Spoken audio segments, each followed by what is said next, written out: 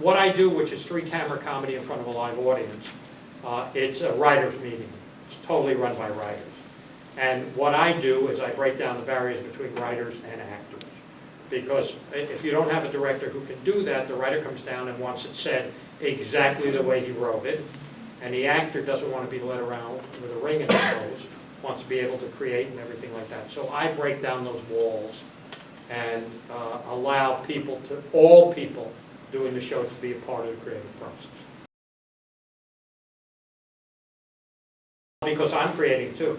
I mean, the writers, you know, you have to respect the writers. They spend all night working on stuff. So you have to respect what they're doing. And, you know, we will show them what they wrote, and then sometimes we will show them another way to do it, or some physical piece of business, or some joke an actor has thought of. Well, like Will Arnett on the Millers is very creative. So we'll do it as Greg wrote it, and then we'll show them another way to do it. And it's all this, you know, we're all in this lifeboat together to create the funniest show possible. You don't stand on ceremony. It's not like in a movie when the director is God, and you do what the director says, and you have to, you know, for me, when I'm preparing a show, I read the script, but I don't have little matchstick figures of the characters and know where they are and where they go, because I like the actors to be able to, you know, say to me, I'd rather start over here, and I say fine. That doesn't concern me. What concerns me is the show is funny Friday night in front of an audience.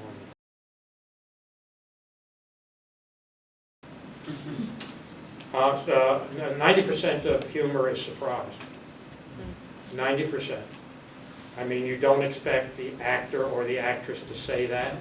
It's a twist on words. It's you know, it's surprise. That's why I'm doing a pilot, you know, which I'm really excited about with Michael Imperioli. Now, I don't know how many know he's from Sopranos, right? Never been in a comedy. So I like those kind of shows because you got yourself here, Michael Imperioli, who people know as a dramatic actor. So if he says something funny and you laugh, you're going to laugh harder because you're not expecting it to be funny. On the Mary Tyler Moore Show, Ed Asner, Ted Knight, and Gavin MacLeod all played heavies. They had never done any comedy before they were in that show, so they were like unknown. Nick Colasanto on Cheers, the coach, played the Mafia Don in Raging Bull. So humor is 90% surprise because you don't know what the punchline is. I mean, I'll tell you, here's a joke. The rabbi told this joke on Yom Kippur, okay? Two Jews are talking, two older Jews. And one Jew says, it's my 50th anniversary, and I don't know what to get my wife. And the other Jew said, well, what have you got up before? Well, for the 10th anniversary, I got a beautiful string of pearls. Wow, that's great. What'd you do for the 25th anniversary? 25th anniversary, I took her to Israel. Wow, that's great. What are you going to do for the 50th? I'm thinking about bringing her back.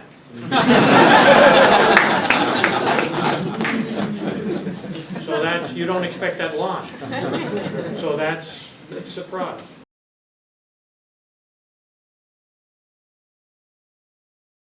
Fred Fisher came over to me, who was president of Shul, and said, would you like to be Bar Mitzvah? We heard you hadn't been. Because the one thing you can't ask a young Jewish boy growing up is, do you want to be Bar Mitzvah? Because they'll say no. So I had that choice, and I said no. So I was Bar Mitzvah at 47.